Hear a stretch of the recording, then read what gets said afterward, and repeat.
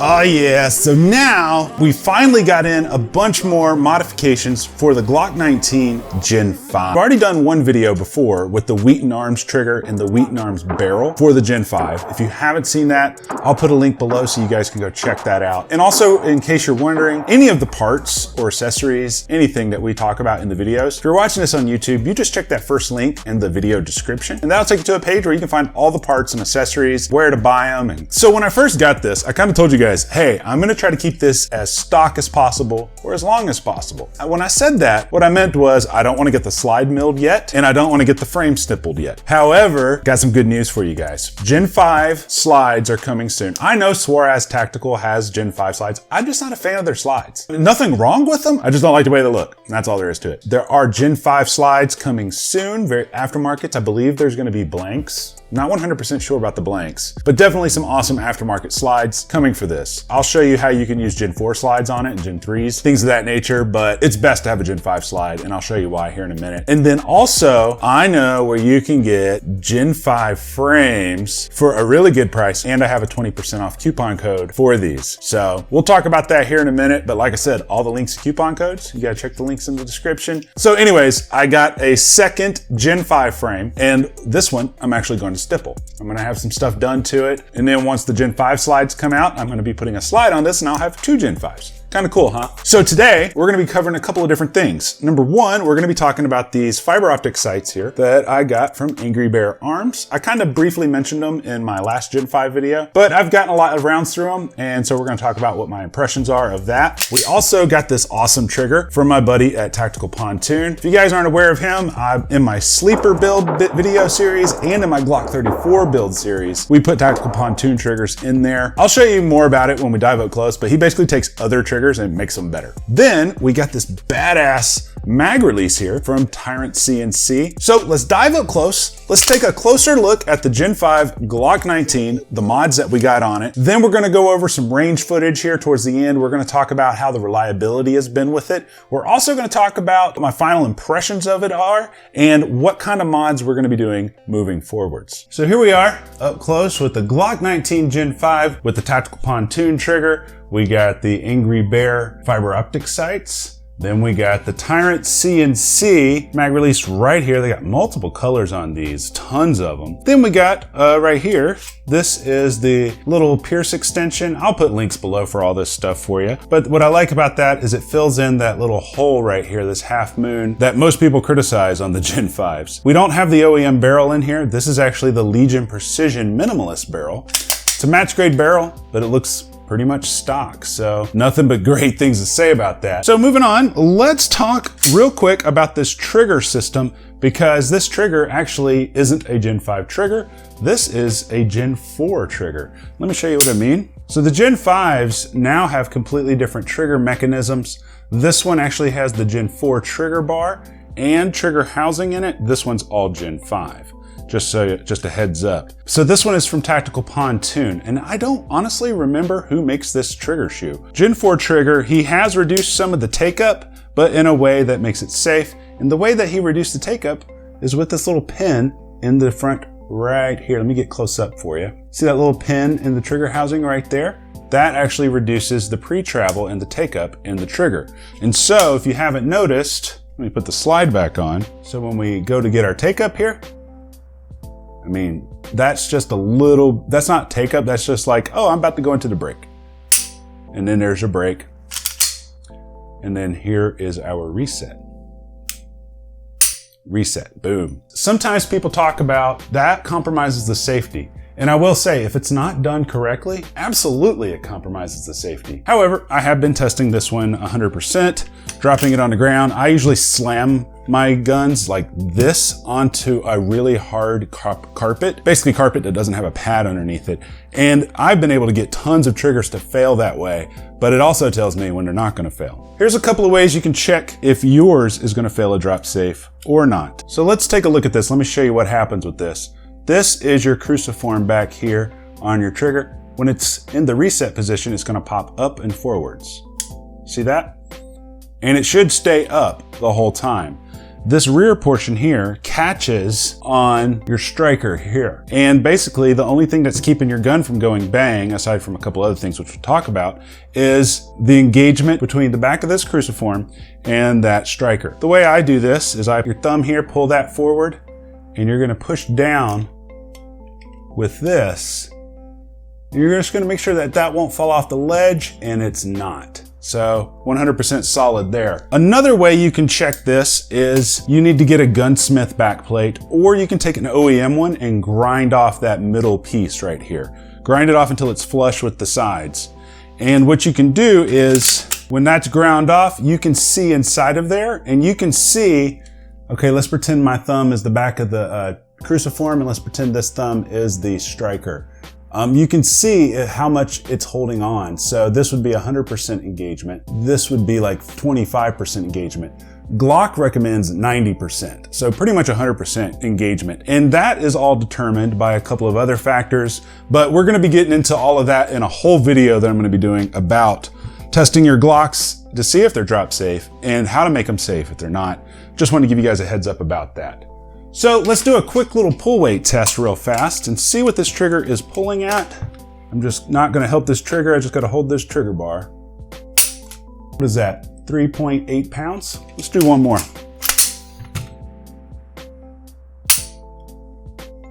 I think that one's more accurate. That's a 3.5 pound pull. Not too bad. I'm comfortable carrying anything that's 3.5 pounds or higher. I typically am most comfortable between 3.5, 4 pounds. Let's take a look at this mag release here.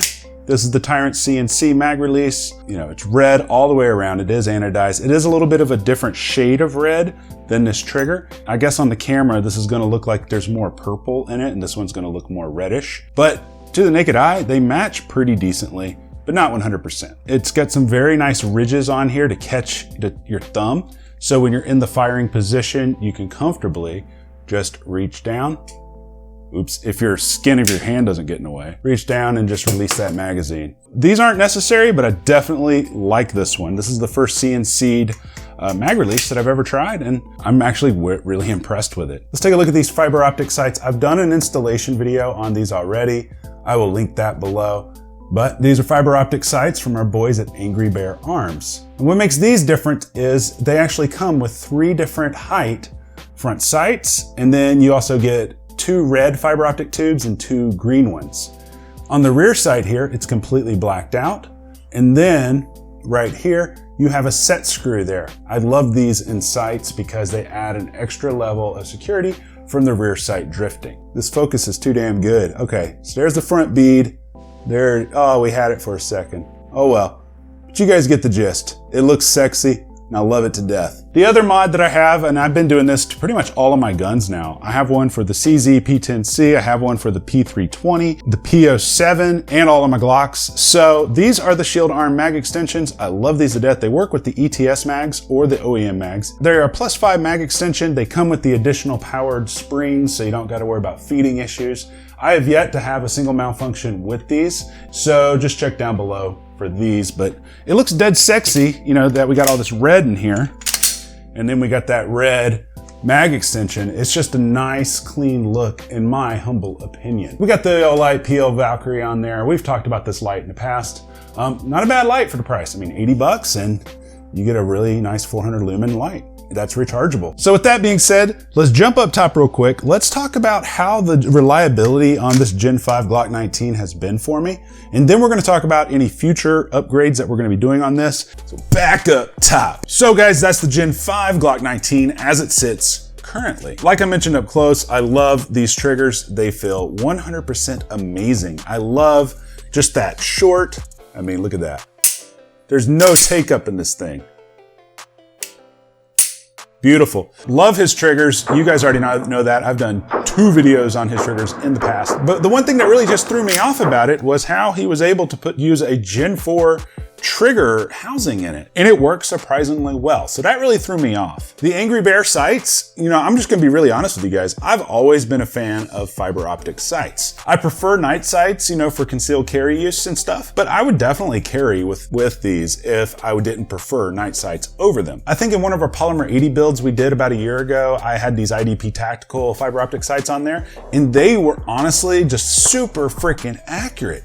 Or they made me more super freaking accurate. Let's just put it like that. You know, you get your target acquisition and all of that. Honestly, I like these because these did come with 3 different front sight posts for different heights. And then I like the fact that both of the colors, you can either use the green or the red for the fiber optic. The other thing I love about them is the set screw in the rear sight. They aren't always necessary, but I love that extra level of protection from that rear sight drifting. So I'm definitely gonna leave those on there. The mag release, it works like a charm. Mag releases are usually the last thing that I ever upgrade on a gun. You know, unless it's like a standard Gen 3, because those are a little bit harder to reach. I'll usually change those out for a little bit of an extended one, but I usually don't, you know, really worry about mag releases unless there's something wrong with it. But this one, it feels really good to the touch. I love how easy it is to just, you know, press out, and I don't got to reposition my grip, and I can drop a mag. So that's huge. I mean, I've already reviewed this barrel, but if you're going for that sleeper look and you don't want to use the OEM barrel, don't get me wrong, the OEM Gen 5 barrels are awesome. You know, the coatings kind of wear a little prematurely, but they're awesome and they're accurate. But if you want something different, love this one from Legion Precision. This is a match grade drop-in barrel,